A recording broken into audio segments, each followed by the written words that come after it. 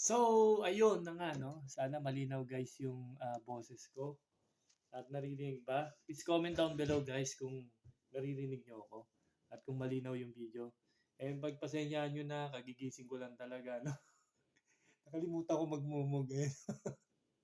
Sabi nila masustansya daw yan. Ayan. Dahil binuro daw yan, no? Hindi, anong kinalaman? Wala lang. So, pagpasensyahan nyo na guys dahil first time kong magmumukbang. Ah, pero sa totoong buhay, ilang beses na ako magmumukbang sa harapan ng camera. Siguro semi-mukbang lang to. Kasi ano guys, hindi naman siya ganun kadami or ano. So, eto, prepare ko. Ayan, oh, tinamad na ako maglagay sa lalagyanan. Kasi sayang pa yung hugasan. Alam niyo dito sa Canada guys, napakaginto ng mga sabon. Kaya kung pwede nga lang yung kutsara tinidor, hindi niya hugasan. Kaya madili mo, yung sabon na for example, yung pangalanan na lang natin J sa Pinas. Yan, mga ganyan kalaki siya. So dito times 2 times 3 yung presyo. No? Depende yan kung anong brand. So ganun ano rito. So kailangan mo mag-budget talaga. So anyway, wag na nating patumpik-tumpik pa. No? Nakalimutan ko ng serving spoon. Kunin ko lang. Mabilis lang. Promise mabilis lang.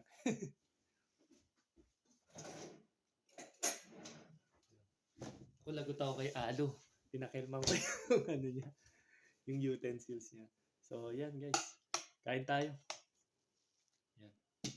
Wait lang. Tuto ko. Yan. Ay, nagkalat pa. Yan. Alright. Pasensya na guys. Medyo mahina yung boses ko. So, konti lang yung gulay ko kasi baka sabihin na nagbigay sa akin. Hindi ko pinansin yung kanyang binigay. So, kagabi ko pa dapat kakainin siya. Kaya lang, medyo, guys, sorry talaga. May mga time talaga na hindi ako makapag-vlog kasi may mga dumarating na, alam mo yun, tao lang tayo, guys. May mga biglang darating na konting pagsubok, ganyan. So, ano siya, yun, pinag-pray ko na rin. So, yun. Okay na. So, without breaking into, tama ba? Huwag na natin patumpik-tumpigin pa. Gawin na natin ang mukbang. Mukbang challenge ba ito? So, yun. So, hindi ko alam kung anong unahin ko, guys. Tulungan nyo ako dito. Ayan. Natatapon na siya. So, nag-ready ako ng lalagyanan. Siyempre, meron akong pangsipit. So, meron talaga sila rito pangsipit, no, guys. No? Kung mapapansin nyo, dito sa lugar na to, guys, ano siya, bali, sa atin, sa Pilipinas, guys, apakamahal nito. Baka pumalo to ng mga 1,000 isa. Parang ganun yun ang kwento nila. Tapos, dito guys, pinamimigay lang to sa mga empleyado. So, dito kasi ako nag-uwi sa fish plant. Alright? So, ito na. Oh, nagkalat pa. Ayan. Excited na akong kainin. Tara, kainin na natin. So, bago yan, syempre, amin muna natin. Bango. Alright, let's go. Alam nyo guys, di ko alam kung paano to kinakain, pero medyo inorient ako kahapon ni Alu. Ayan, shoutout sa iyo Alu. Okay. Eto, tatanggalin. Yan. Parang hipon lang din. Ayan o. Ganyan siya guys. Ayan. Tapos may mga ali-aligi siya. Ayan. Hindi ko na iniinit guys kasi sobrang, although nalamigan na siya, since kahapon lang naman to niluto, ang temperature dito sa loob ng bahay, mga around I think 12 degrees, mga ganun, to 15 degrees. At sa labas, not sure, kasi kahapon, mga nasa 5 degrees yan. So, malamig talaga rito, guys. Parang imagine mo, nasa Tagaytay ka pa rin. Kaya kahit na mag-iwan ka dyan ng, yung hindi mo na kailangang iinit. Kasi nga, hindi naman talaga siya mapapanis, no? So, ganun siya. Hindi ko na init, guys, kasi sobrang mahal talaga ng ano rito, ng kuryente, lahat mahal. Hmm, sarap siya. Ito yung agahan ko, guys. Usually yung agahan ko simple lang naman. Kaya lang, baka sabihin kasi yung nagbigay sa akin nito, hindi ko kinain. Ano pa lang kami, hindi pa kami ganun magkakilala. Deeper. Wow, deeper. Ano siya? Siyempre, share kami dito sa bahay ng upa. So, yun. So, titikim lang ako ng aligi ng hipon kasi masamang masobrahan. Pero mukhang mauubos ko. Ang sarap eh. Ang bayan eh, nagtira ako Yoko na. So, rice. Ayan, no? Guys, nagugas ako ng kamay disclaimer. Konting tikim-tikim lang sa mga ali-aligi. Ayun na siya. So, ang bigat niya medyo may kabigatan. Siyempre, gawa ng shell. So, hindi ko alam kung anong next. Pero tanggalin ko na lang muna yung tentacles. Tentacles ba tawag dito? Ano yata to? Parang yung claw niya. Ito yata yung tentacles eh. Yan, yung mga, yun guys, mga buhok-buhok niya.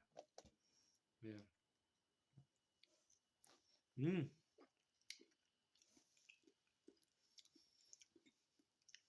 Halos parehas din naman ng lasa, kaya lang mas malinamnam yata to.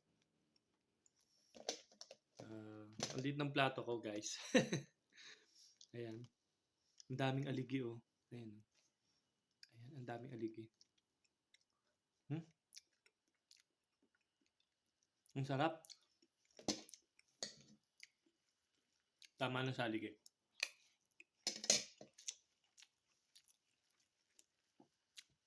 Higit niya, oh. Ito yung ilalim niya, guys. May ganitong hipon eh, yung kulay itim. Hindi ko lang alam kung anong tawag. Nakalimutan ko na. Eh, parang medyo matigas siya. Putulin ko na to, guys, yung ulo. Ayan. So, dito, guys. Pinamimigay lang sa mga empleyado to, guys. Ganun kabait yung may-ari nung pinapasukan ko. Ayan. Hindi ko muna nababanggitin ko anong pangalan. Kasi, baka, maano tayo.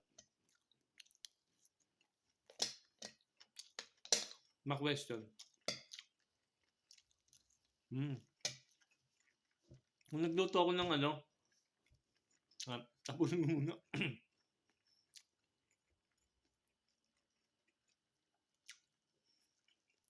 Sige.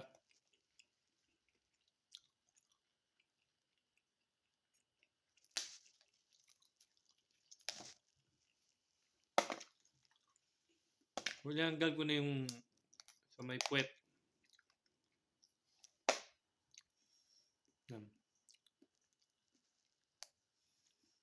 I think i-break na natin to. Talagang pasaway na.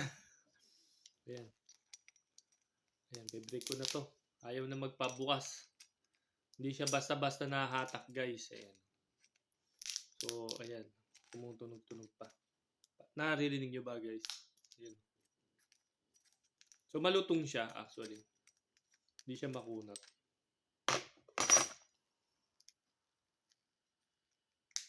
Yun. Yun, Yun. Nabuksan ko rin. Yun nga lang. Naputol. Ayun. Ayun. Tignan natin. So, meron ako ritong chani ba to? Ayun ang pang chani. Ayun.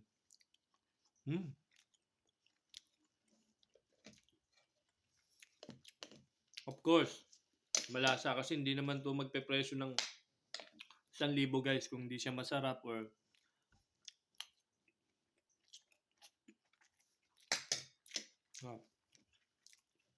the best.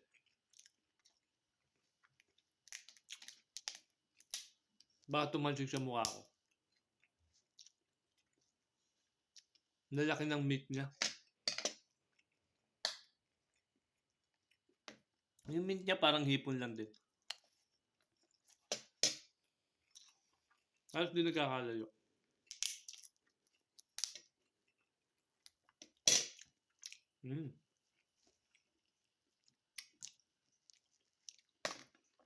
Sarap guys.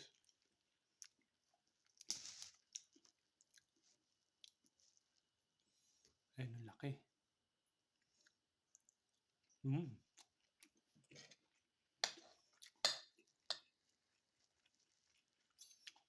Pasensya na guys ha. Hindi ako formal kumain.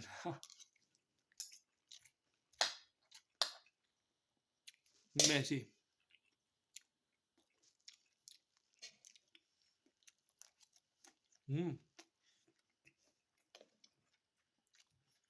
Walang tubig-tubig.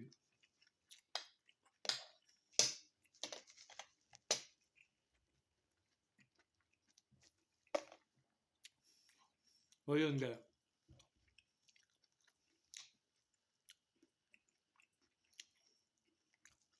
Loob ng shell. Daming naiiwan.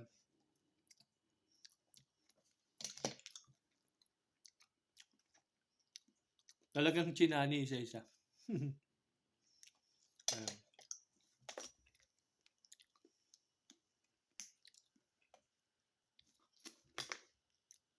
Ayan.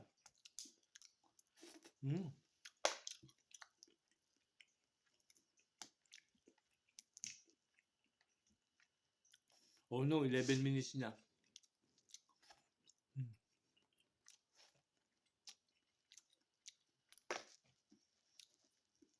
Hindi ko may stop guys.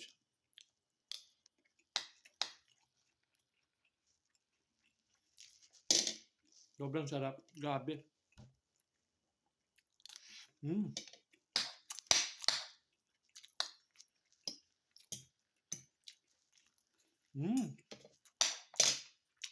Grabe ha.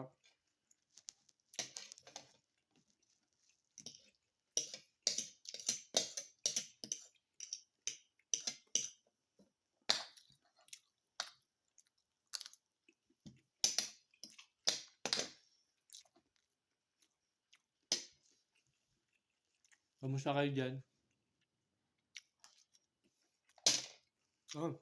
Yun yung mga tentacle. So, tapos na natin kainin yung gitnang part ng lobster. Ngayon, ito naman yung tatry natin.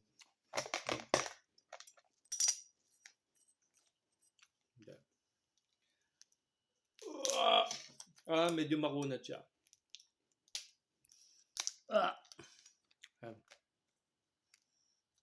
Aba.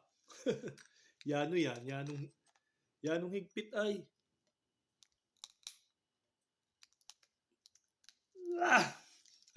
Mas lakas ko dun. So yun guys, medyo makunat yung balat niya. Di siya. Walang laman yung ganong laman yung pinaka niya. Ayan. Oh. Kita niyo yung kulay guys. Yan. Kulay orange din. Mamula-mula.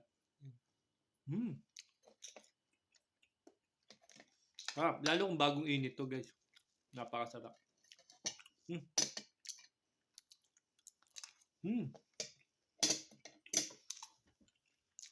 Grabe, sarap. Dito, nasa kasi kami, pangpang ng dagat. Dito sa Prince Edward Island. So, kaya yung klima rito napakalamig din. And then, tsaga na rito sa mga huling dagat kasi napakalaki ng sakop ng Prince Edward Island. Okay. Para siyang lake. Makikita nyo sa mapa guys.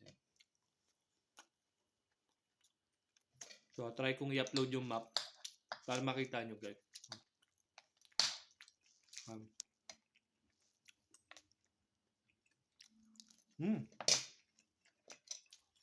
Guys, ito lang yung tricks, no? Ito, yung katawan, sinisipon, itsura niya hipon, no? Lasa siyang hipon. Pero pagdating na dito, lasa ng alimango. Talagang breed na breed ang datingan eh, no? Ano?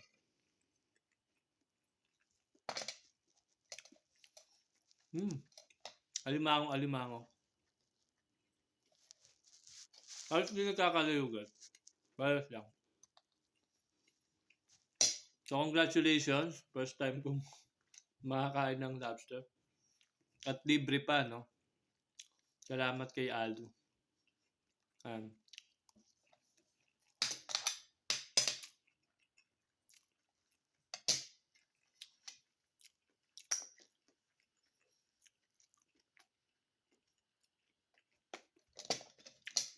Imagine mo, no? Harangin ka sa dagat, no? Ang laki ng masin. Tatakot ka eh. Magpapakain ka na lang eh. Ayun na. And finally,